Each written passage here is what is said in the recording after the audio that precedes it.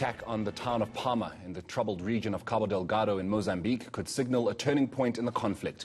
That's according to the Institute for Security Studies, which is keeping a close eye on the recent escalation in fighting. The attack by extremists started on Wednesday in Palma, an economic hub in the area. It's left several people dead and others unaccounted for, including South Africans.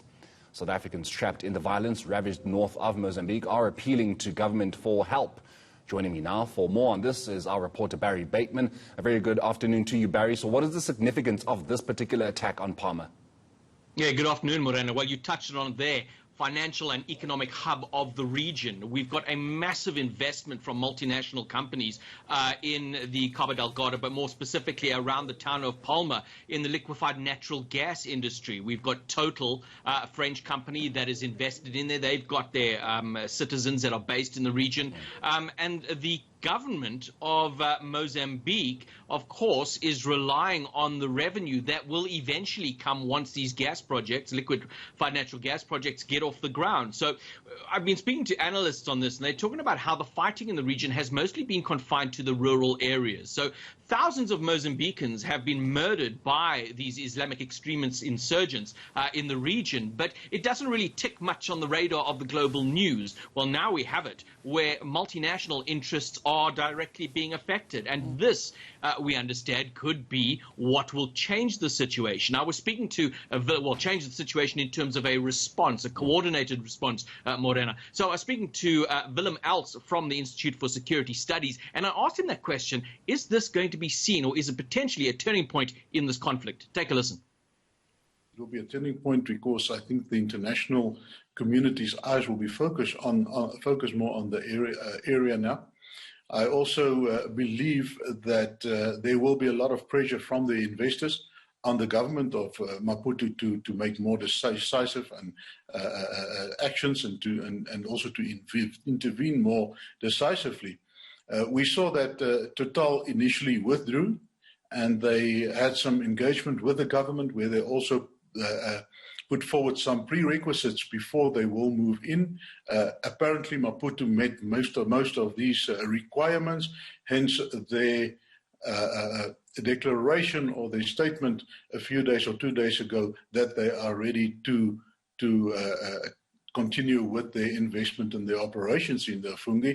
And just on the same day that they actually made that declaration, there was the attack that actually turned everything around again. There's always the question, well, what's the solution to this then? Is a military one a good solution? You know, Morena, you see the fighting and some of the visuals coming out of there. We know that there are mercenary companies operating out there. I mean, these are just a few helicopters with guns attached, and they're dropping IEDs, so very rudimentary type weapons being deployed against this fighting force in the region. So your immediate response would think, well, throw more guns at it. That would be how you would defeat an enemy like this. You engage in a bush war where you hunt down these people and you kill them. Well, Al says, that is one aspect to it, and we're probably going to see that kind of coordination from the region, which he says there must be, the region as well as the global community. But there needs to be more. There has never been a conflict that has been solved purely at the end of a barrel of a gun. We need to understand what the underlying grievances are. He was telling me that this conflict, or the rise of the insurgency in the area, goes back to 2007, but just more recently it had taken on a more pronounced role where the insurgents were becoming more active in the area. They were taking on leaders who had been training elsewhere in the world, Islamic extremists, that is.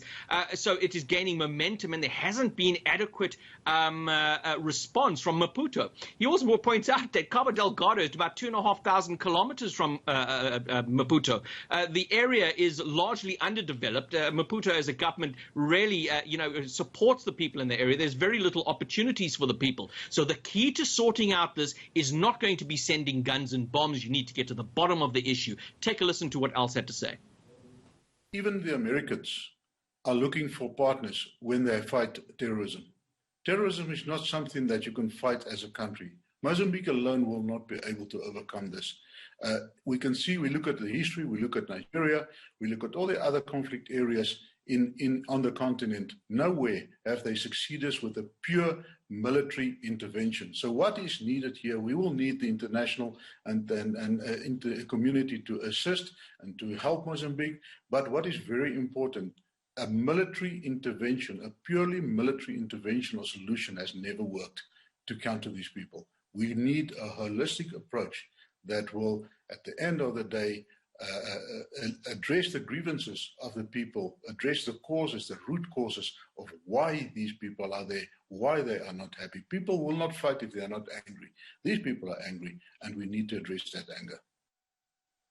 Thank you very much to Barry Bateman on that Mozambique situation. Now,